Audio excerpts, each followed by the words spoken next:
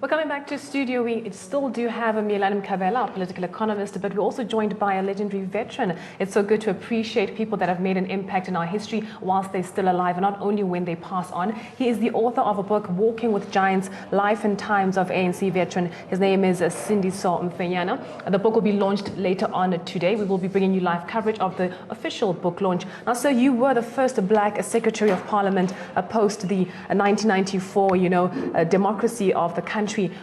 Did you ever dream of holding such a position in the country, and what did it mean for a black person to be secretary in the parliament?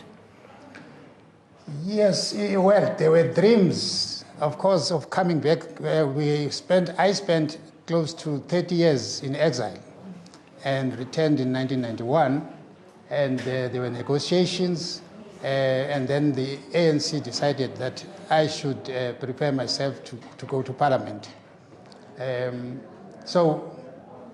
Becoming you don't become immediately the secretary. I had to understudy the then secretary, but ultimately I took over as the secretary to parliament.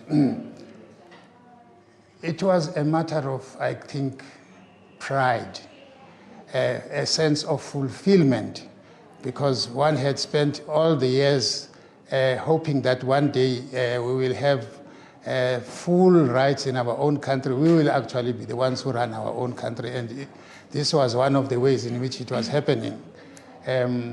But I have to say that when we were doing our training, we had to go also to places like Britain, the British Parliament, and in the United States. And I had met a black senior official whom I asked, you are a senior official in the Sea of Whites, how do you do it? And he said, don't worry, when you get there, these are professionals. They will work with you. And that's what helped me. When I got back, I had to take that in mind. And in fact, it proved to be that the white senior parliamentary staff were actually very ready to work with me and assist me as much as they could. So, in a way, I didn't find it very difficult to get into the shoes of the position of the Secretary to Parliament.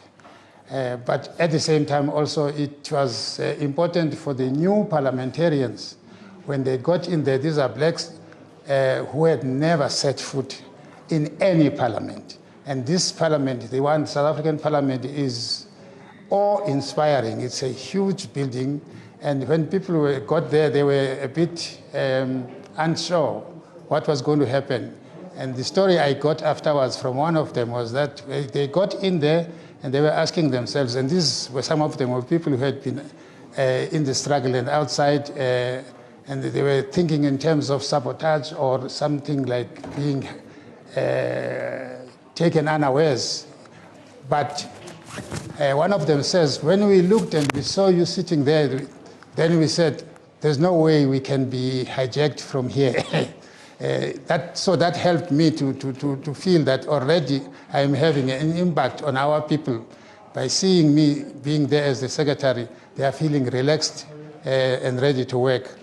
But of course, the main task immediately after for me was, I didn't want to be an only black in that parliament. I wanted to have more black people with me. So we embarked on a program which would try and short-circuit the normal way in which people in parliament develop. They usually enter at entry stage and rise and grow up.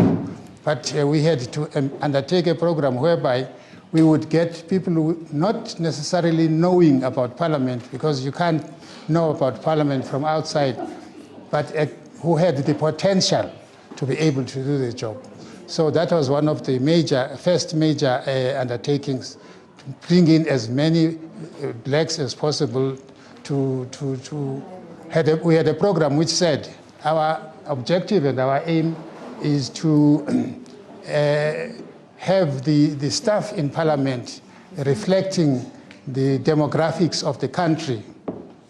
So which means that we had to recruit as many as possible people, but who would be capable of doing the job, not because we just for the color of their skin, but they had to be really capable of doing the job.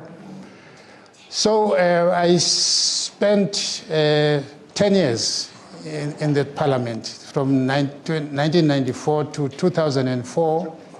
And I think by the time, after 10 years, one of the things which was important for me was to, well, we had a lot of people who came in as parliamentarians, blacks, for the first time, was also to follow the decision that presidents would serve for 2 terms.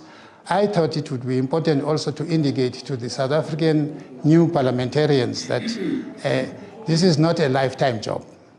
You must also prepare yourself so that you can give a chance to others to come in. And I would do that by leading by example. So at the end of my 10-year period, I indicated that I'm ready to move on to something else and allow somebody else to come and run the parliament.